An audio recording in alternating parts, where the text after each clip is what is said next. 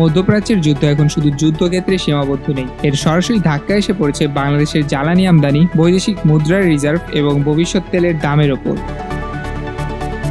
21শে March প্রকাশিত তথ্য অনুযায়ী বাংলাদেশের সরকার গ্রীষ্মকালীন জ্বালানি আমদানি নিশ্চিত করতে বাড়তি ঋণের পথ খুঁজছে, কারণ দেশের জ্বালানি তেলের প্রায় শতভাগই আমদানি নির্ভর, আর গ্যাসের চাহিদার প্রায় 35% পূরণ হয় আমদানি করা এলএনজি দিয়ে, যার বড় অংশ আসে মধ্যপ্রাচ্য থেকে।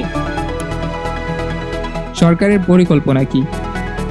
প্রধানমন্ত্রীর অর্থ ও পরিকল্পনা উপদেষ্টা রাশেদ আল মাহমুদ তিতুমির বলছেন, ইসলামী উন্নয়ন ব্যাংক বা আইএসডিবিতে $2.1 বিলিয়ন এবং আইএফসিতে $0.50 বিলিয়ন অনুমোদিত ঋণ আছে, যা জ্বালানি আমদানিতে ব্যবহার করা যেতে পারে। পাশাপাশি জুলাইয়ের ছাড় হওয়ার কথা থাকা IMF এর $1.3 বিলিয়ন বাজেট সহায়তা জুনের মধ্যে আনার চেষ্টা করা হবে। এছাড়া এডিবির $500 মিলিয়ন বাজেট সহায়তা আরও $250 থেকে $500 মিলিয়ন বাড়ানোর অনুরোধ জানানো হবে। কেন এই তাড়াহুড়া?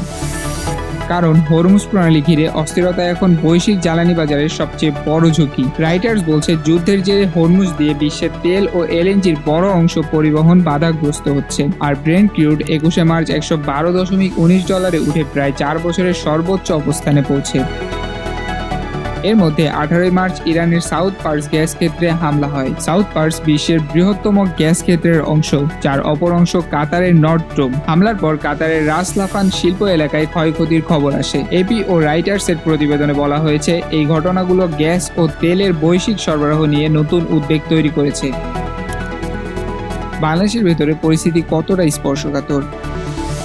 জ্বালানি বিভাগের সূত্র অনুযায়ী চলতি মাসে 18টি জাহাজ আসার কথা, এর মধ্যে 7টি এসেছে, আরো 5টির সময়সূচি নিশ্চিত হয়েছে, কিন্তু বাকি 5টির সময়সূচি তখনও অনিশ্চিত ছিল। দেরি হলে মজুদ নিয়ে চাপ তৈরি হতে পারে। এজন্যই সরকার সৌদি আরব থেকে 1 লাখ টন ডিজেল ও 25,000 টন অকটেন কেনার সিদ্ধান্ত নিয়েছে, আর কাজাখস্তান থেকে 2 লাখ টন ডিজেল আনার প্রক্রিয়াও চলছে। সরকার বলছে তারা 3 দিক দিয়ে এগোবে: 1 বহুমুখী উৎস থেকে জ্বালানি সংগ্রহ, 2 আমদানি অর্থায়নে আন্তর্জাতিক ঋণ, 3 দেশের জ্বালানির দাম না বাড়ানো। কিন্তু এখানেই বড় প্রশ্ন, যুদ্ধ যদি দীর্ঘায়িত হয় তখন কি এই কৌশল যথেষ্ট হবে? কারণ বাংলাদেশ বছরে প্রায় $12 বিলিয়ন জ্বালানি আমদানিতে খরচ করে, আর 2025 সালে শুধু এলএনজি আনতেই খরচ হয়েছে প্রায় $4 বিলিয়ন।